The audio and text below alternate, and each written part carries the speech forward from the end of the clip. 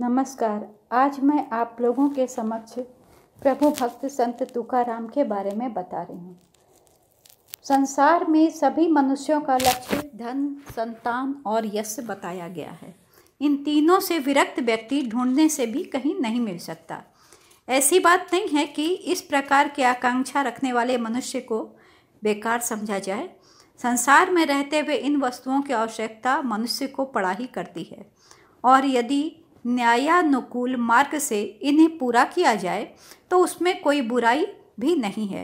परंतु देखने में यही आता है कि बहुसंख्यक लोग इसके लिए गलत उपायों का अवलंबन लेते हैं।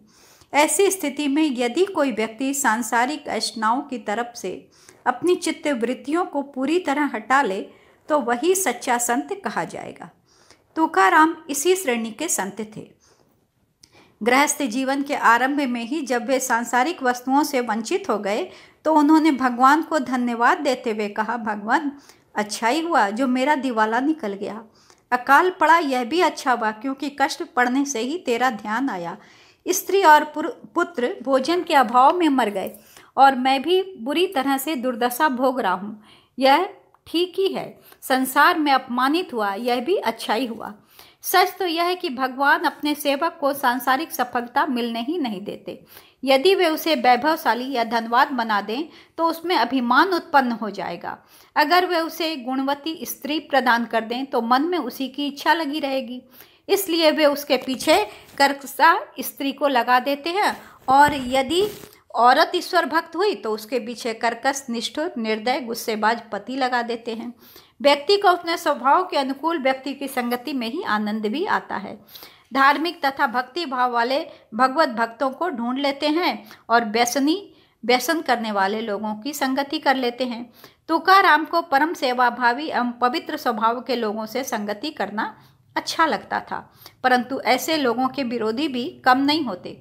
पूना से 9 मील दूर बघोली में रामेश्वर भट्ट नाम का विद्वान कर्मकांडी पंडित तुकाराम से बहुत द्वेष रखता था।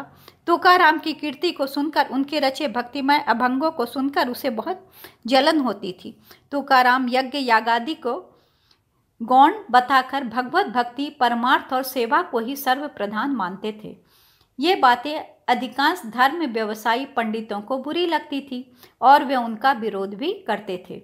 पहले भी ऐसे धर्म व्यवसायी लोग अपने स्वार्थ पर आघात करने वाले लोगों का विरोध करते रहे, ये कोई नई बात नहीं थी। ऐसे ही पंडित नामधारियों ने संत ज्ञानेश्वर और एकनाथ को तरह तरह से कष्ट दिए थे, जबकि वे तो ब्राह्मण थे।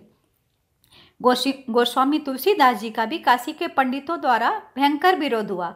फिर तुकाराम तो शूद्र जाति के थे, अतः उनका विरोध करने वाले कुछ लोग हो गए तो इसमें आश्चर्य की कोई बात नहीं थी। और इनका विरोध करने में सबसे प्रमुख व्यक्ति जो रहे वो रहे रामेश्वर भट्ट।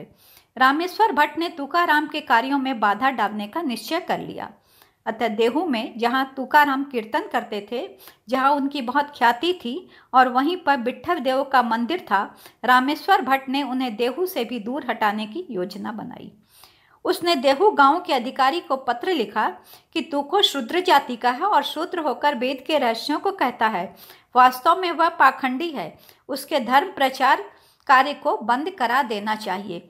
देहू गांव के मुखिया पटेल ने जब रामेश्वर भट्ट के पत्र को तुकाराम को सुनाया तो तुकाराम इसको सुन के बड़े चिंतित और दुखी हो गए। वे सोचने लगे, अब मैं कहाँ जाऊँ, क्या करूँ। अंत में उन्होंने कहा, चलो अब विट्ठल तुम्हारा ही सहारा है, तुम्ही को ढूंढता हूँ, उसी तुम्हारी ही शरण में आता हूँ।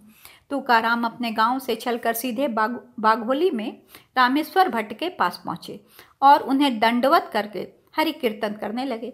उनके मुख से धारा प्रवाह अभंग निकल रहे थे, जिनमें ऊंचे दर्जे का तत्व ज्ञान भरा था। उनको सुनकर रामेश्वर भट्ट ने जलन से तुकाराम से कहा, तुकाराम, तुम बड़ा अनर्थ कार्य कर रहे हो। तुम्हारे अभंगों में श्रुति का भाव प्रकट होता है, पर तुम शूद्र हो, अतः ऐसी वाणी बोलने का भी तुमको अधिकार नहीं है। तुम्हारा यह कार्य शास्त्र विरुद्ध है, अतः तुम ऐसी वाणी बोलना छोड़ दो। तुकाराम ने कहा, भगवान पांडुरंग की प्रेरणा से ही तो मैं ऐसी वाणी बोलता हूँ, अब वह निरर्थक हो जाएगी।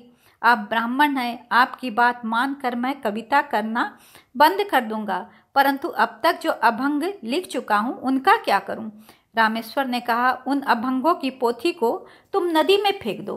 तुकाराम ने उनकी बात मानकर वापस देहुआकर अपनी समस्त पोथियों को पत्थर के साथ एक कपड़े में बांधकर नदी में दुखी मन से डाल दिया। यह बात आग की लपटों के समान चारों ओर फैल गई। इससे जहां भक्तजनों को दुख हुआ वहीं कुटिल लोग खुश हुए, परंतु इससे तुकाराम के हृदय को बहुत गहरा आघात लगा। उन्होंने सोचा, जब अभंगों की रचना ही नहीं करूंगा और न अभंगों को गाऊंगा तो जीवन जीने से क्या लाभ? ऐसा सोचकर उन्होंने अन्न जल त्याग कर मरने का निश्चय कर लिया। 13 दिन में उनकी दशा बहुत खराब हो गई। मरणासन अवस्था को पहुंच चुके थे। श्वास धीरे धीरे चल रही थी, हिलना डुलना भी बंद हो गया था। तभी तुकाराम को स्वप्न आया कि तुम्हारी पोथियां नदी के समीप सुरक्षित पड़ी हैं, जाकर उन्हें ले आओ। तुकाराम ने जब यह स्वप्न देखा तो उनकी दशा में भी थोड़ा थोड़ा सुधार हुआ। उन्होंने अपने स्वप्न की बात वहां उपस्थित अपने भक्तों को बताई। वे बड़े प्रसन्न हुए और नदी के समीप जाकर उन पोथियों को ले आए। उन्हें देखकर तुकाराम की खुशी का ठिकाना भी नहीं रहा। उनकी तबीयत भी धीरे धीरे सुधरती चली गई। तो यह ईश्वरीय कृपा थी कि तुकाराम, जिनकी अवस्था अत्यंत नाजुक हो गई थी, ठीक हो गई और नदी में फेंकी गई पोथियां भी सुरक्षित रही। इधर तुकाराम से विद्वेष रखने वाले रामेश्वर भट्ट पर आकस्मिक संकट आ गया। वह अपने निवास स्थान से कुछ मील दूर रामनाथ के दर्शनों को जा रहा था। रास्ते में अनगढ़ सिद्ध नामक औलिया फकीर का स्थान पड़ता था, जिसमें एक बावड़ी बनी हुई थी। रामेश्वर भट्ट ने सोचा, इस बावड़ी में स्नान कर लिया जाए।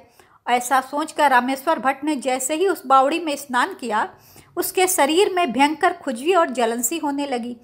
खुजली मिटाने के लिए बहुत सी औषधियाँ भी की गई, परंतु सब निष्फल रही। जब कोई उपाय कारगर न हुआ तो वह ज्ञानेश्वर महाराज की शरण लेने आनंदी चला गया।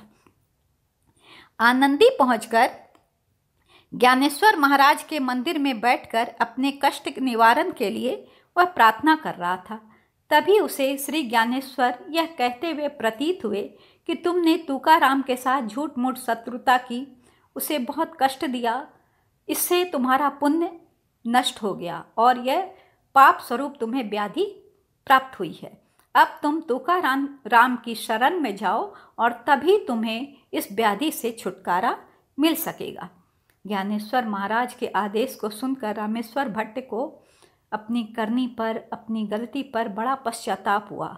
उसने तुरंत विनयपूर्ण पत्र लिखकर तुकाराम से अपने कुकर्मों के लिए क्षमा याचना की। तुकाराम बड़े सरल स्वभाव के थे।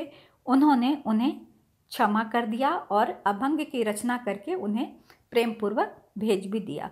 तुकाराम की सहनशीलता और सज्जनता का रामेश्वर के ऊपर विलक्षण प्रभाव पड़ा और तब से वह उनका परम शिष्य बन गया और जीवन भर उन्हीं के उपदेशों और सिद्धांतों का प्रचार करते रहा।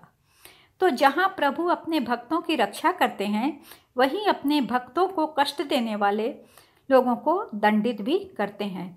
हाँ, पर अगर वो भक्त द्वारा ही क्षमा प्रदान कर दिए जाते हैं, क्षमा याचना उनसे मांगते हैं और वो क्षमा याचना कर देते हैं, तो वे उनके कष्टों को भी दूर कर देते हैं। ऐसी है प्रभु की महिमा। धन्यवाद।